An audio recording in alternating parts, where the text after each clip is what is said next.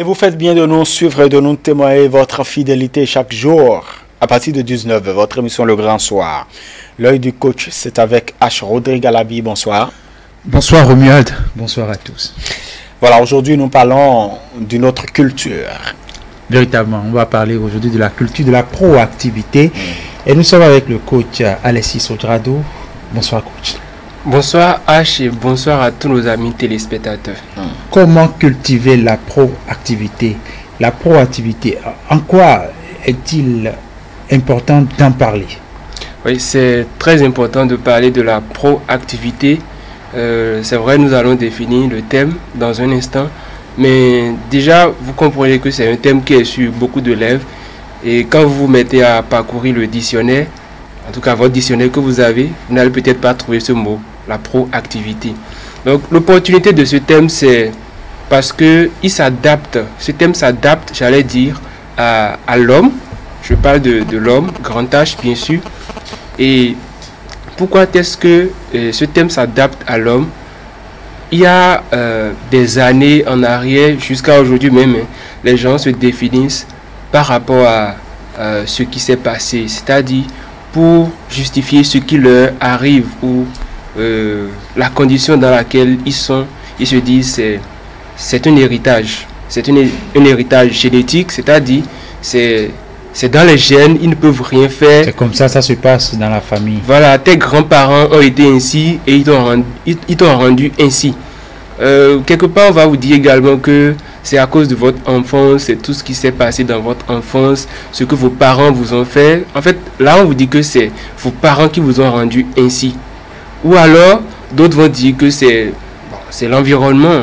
C'est parce que je suis dans un pays qui est comme ça, je suis dans une famille qui est comme ça, et dans ma famille, il n'y a jamais eu de cadre pour ainsi parler. Donc, c'est de tout ça là qu'il est question. Et parlant de l'être humain, il y a beaucoup de choses que l'être humain, je vais dire, ignore parfois sur lui-même. Et c'est là l'opportunité de parler de la proactivité parce que ce thème va dans tous les sens que nous avons dit tout à l'heure. Avant donc de revenir sur ce que l'homme ignore sur lui-même, c'est quoi la proactivité? Voilà, la proactivité, c'est un thème qui est défini un peu comme la qualité, la capacité des gens à pouvoir anticiper sur les choses. Le thème, je l'avais dit tout à l'heure, ne se retrouve pas dans tous les dictionnaires, mais quand vous allez dans le domaine du business, du marketing, on va vous en parler très fréquemment. Tout le monde parle de la proactivité. Et qu'est-ce que c'est que la proactivité? Je l'ai dit, c'est cette capacité-là que certains ont à pouvoir prendre des mesures à l'avance sur des choses qui pourraient arriver dans leur vie personnelle, dans leur vie professionnelle, dans leur vie familiale, pourquoi pas, et dans leur relation avec les autres, forcément. Parce que l'homme n'est pas quelqu'un qui va vivre à part. Il est dans une société, il est avec des gens. Déjà dans une famille, il est avec son père, sa mère, ses frères et sœurs, ça dépend. Parfois c'est que des frères ou des sœurs.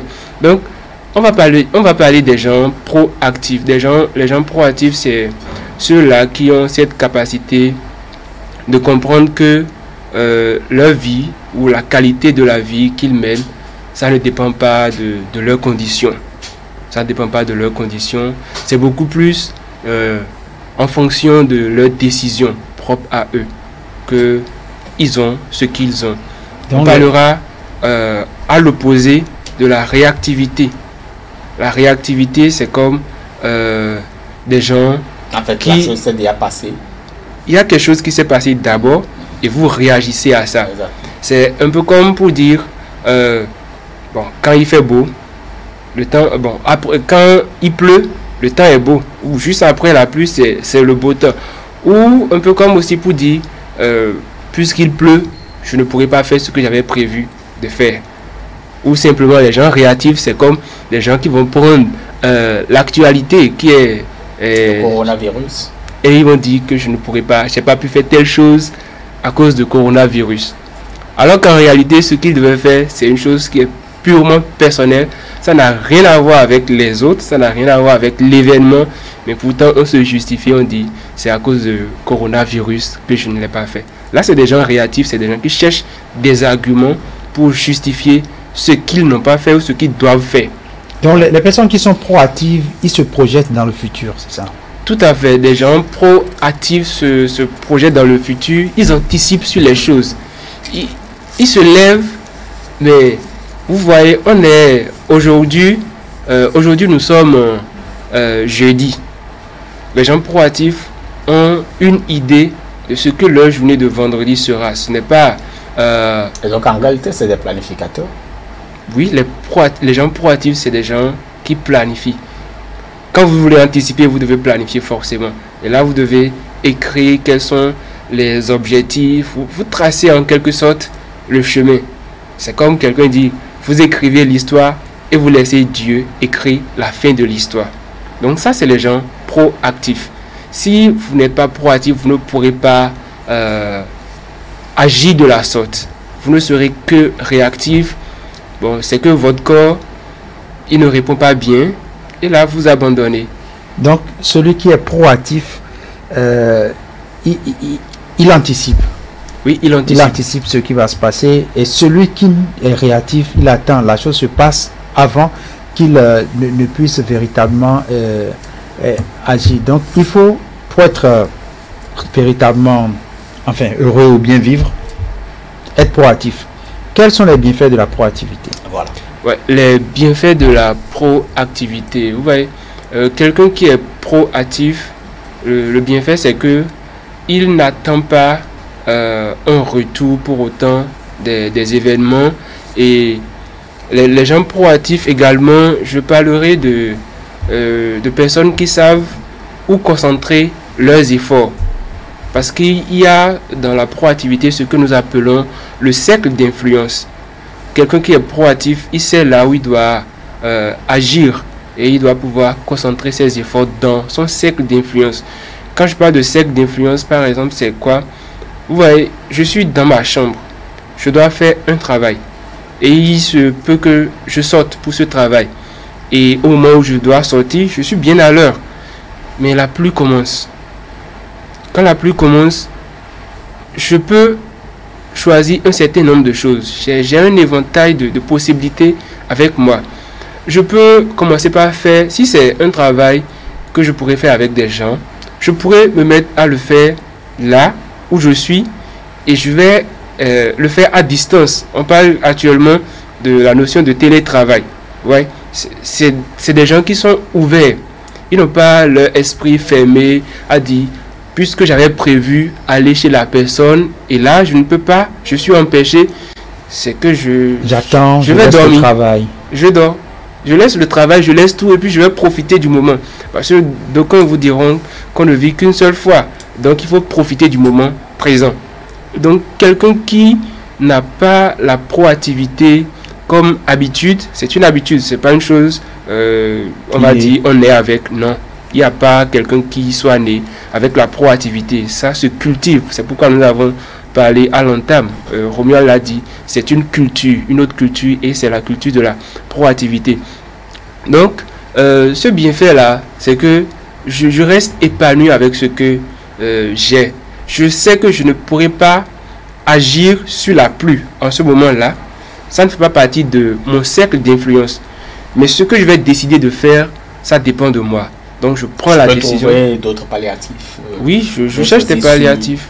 Et justement, même par rapport à...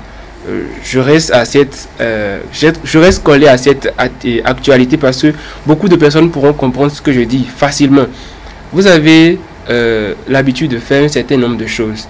Et à cause de coronavirus qu'on dit maintenant, vous êtes dans votre chambre.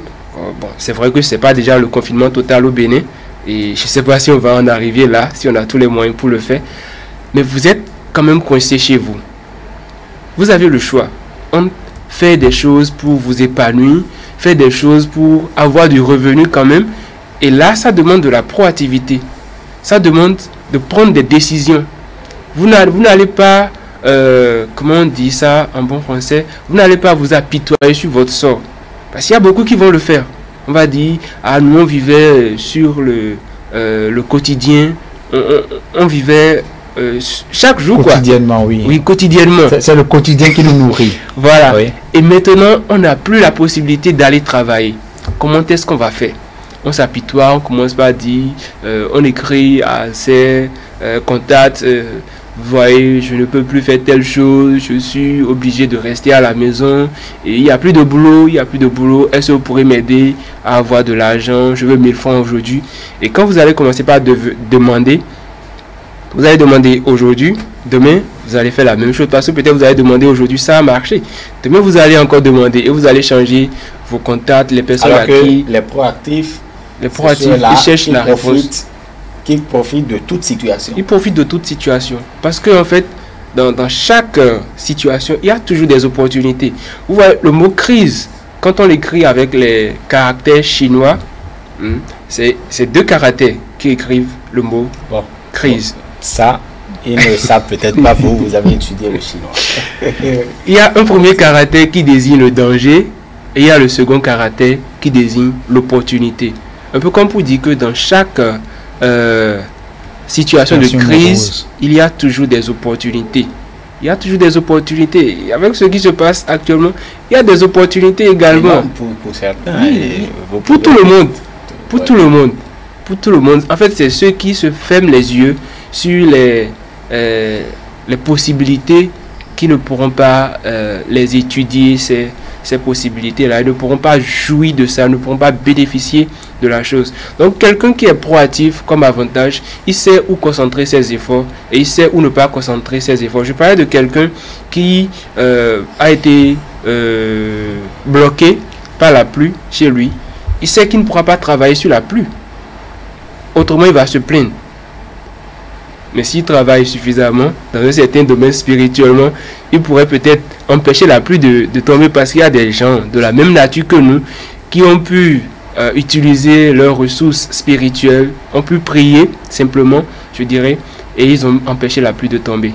Mais si vous n'atteignez pas ce niveau, cette dimension, vous ne pourrez pas le faire. Donc, vous devez savoir où concentrer vos efforts pour ne pas être frustré. Donc, celui qui est proactif... il y a, même si vous n'avez pas de voiture, il y a quand même des imperméables.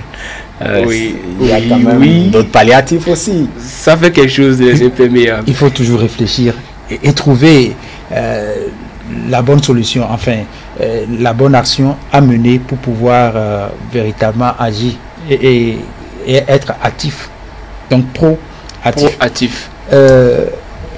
Véritablement, il faut donc avoir une grande ouverture pour être proactif. Oui, vous apprenez à développer votre esprit.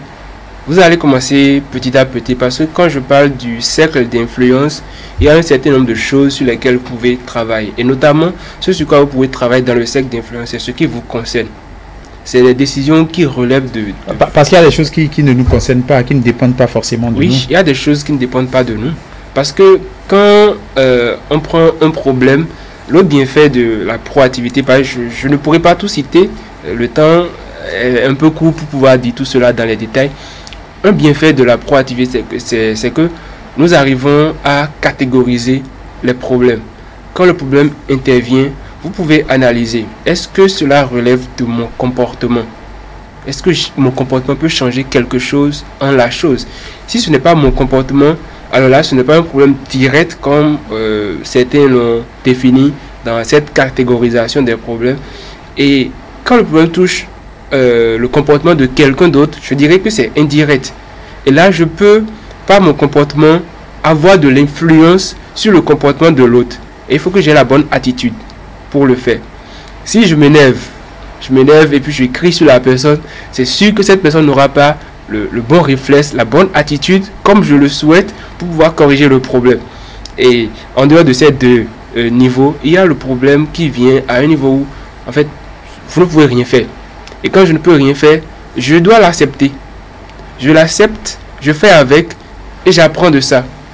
Là, je comprends que je n'ai pas une connaissance qui pourra me permettre de tout gérer. Je ne suis pas un Dieu avec grand D. Peut-être je suis un Dieu avec un petit D. Donc, c'est le bienfait là qui est très intéressant. Vous pouvez catégoriser le problème et là, vous orientez la chose de la bonne manière. Vous êtes comme un boxeur, vous savez où il faut frapper. Parce que quand vous frappez au mauvais endroit, vous n'allez pas remporter la course.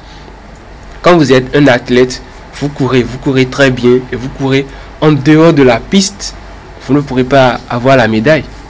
Vous avez beaucoup couru, on a vu.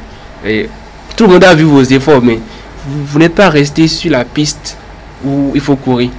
Donc là, vous avez mal orienté les coups et là, ça ne marche pas.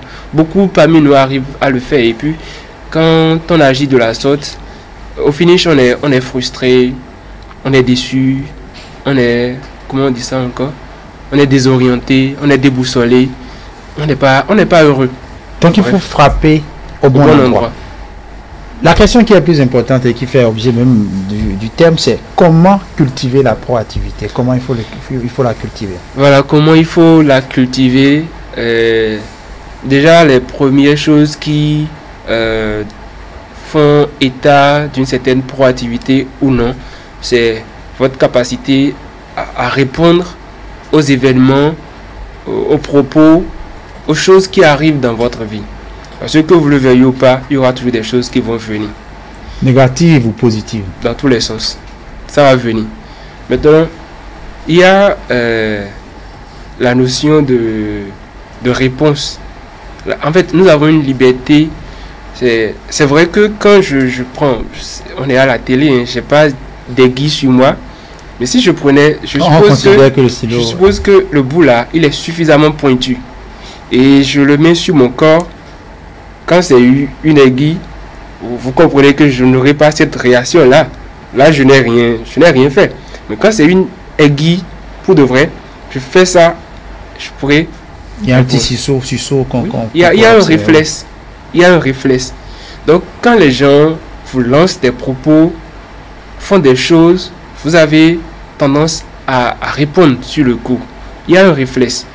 Mais il y a que vous pouvez travailler sur le temps de réponse. Parce que en réalité, bon, je ne suis plus dans le cas du stimulus où je prends une aiguille, un objet tranchant, je vous l'ai dit, pour toucher mon corps. Là, je ne suis plus dans ce cadre. Je dis par exemple, H, est-ce que... Bon, en fait, c'est comme si on est dans une conversation et vous m'énervez. Je dis, vous êtes sûr que vous êtes intelligent? Si je vous disais ça, vous pouvez réagir sur le coup.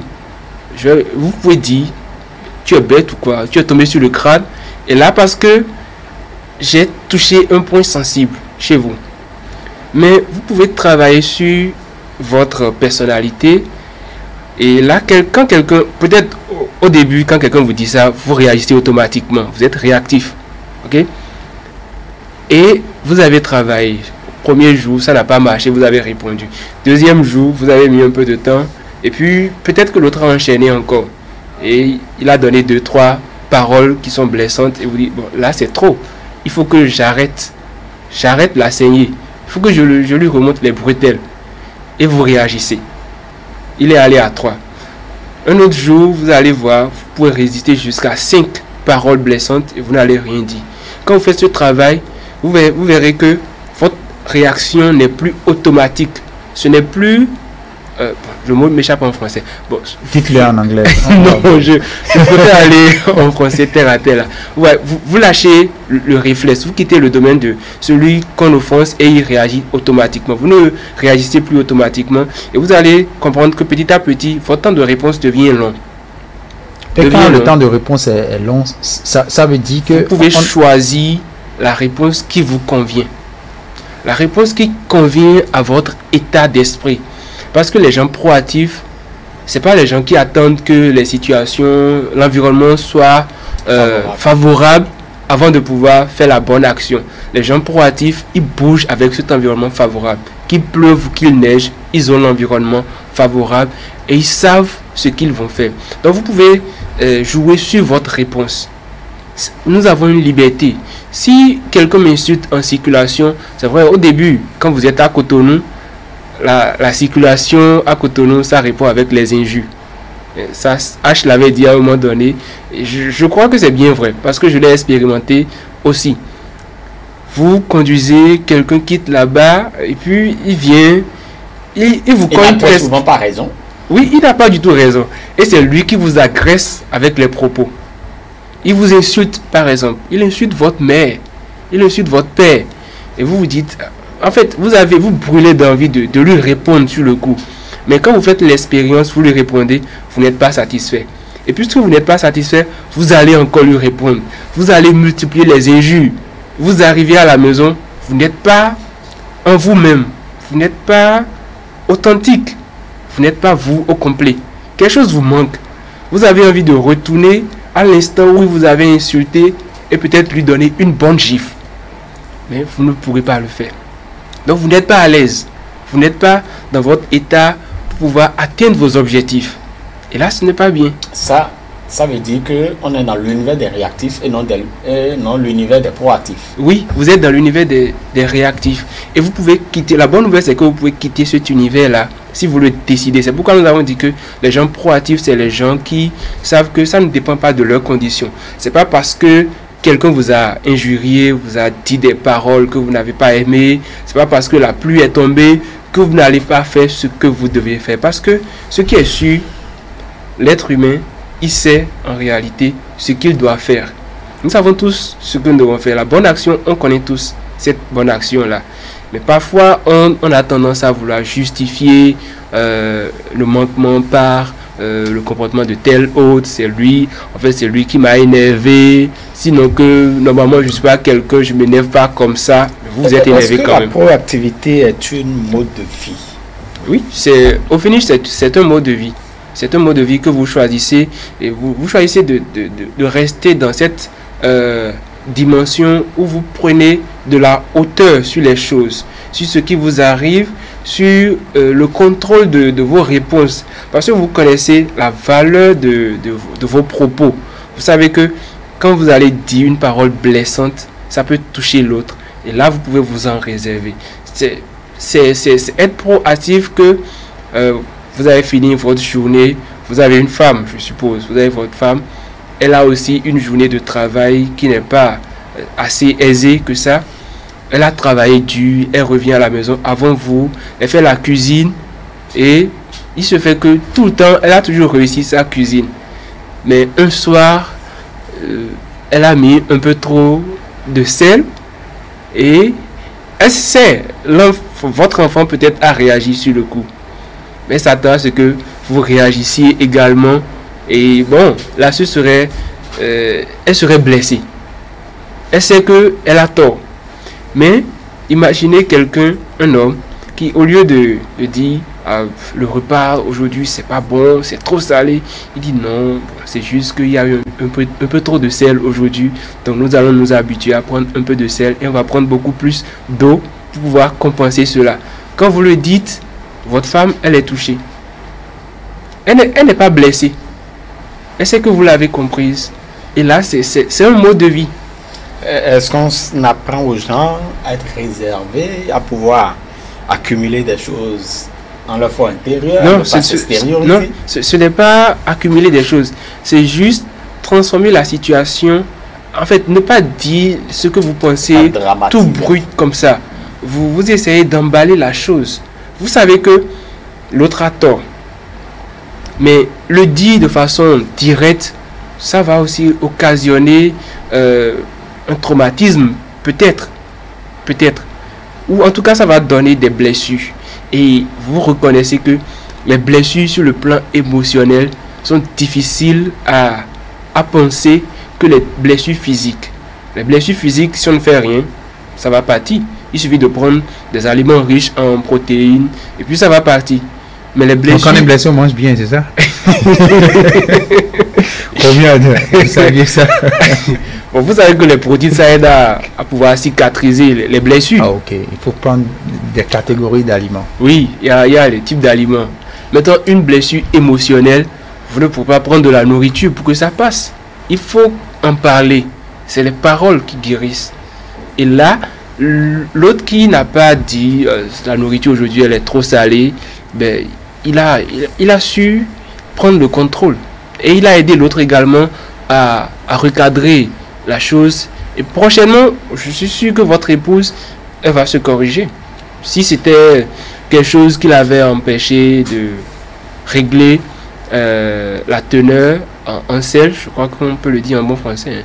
Donc, elle pourra se corriger, elle va se rattraper par la suite. Encore que bon, ça arrive, hein, que la nourriture soit salée, bon, c'est un coup. Hein. Quand vous dites par exemple que aujourd'hui j'ai constaté que franchement le sel t'as damé le pion.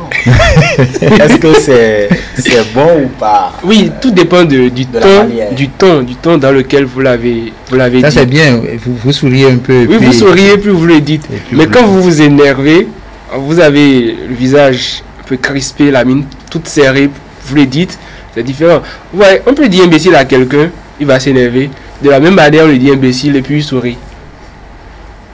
Tout réside dans la manière. Tout est dans la manière. Un grand exemple de proactivité que moi j'ai vécu en ces derniers temps, c'est l'exemple de la France par rapport au confinement.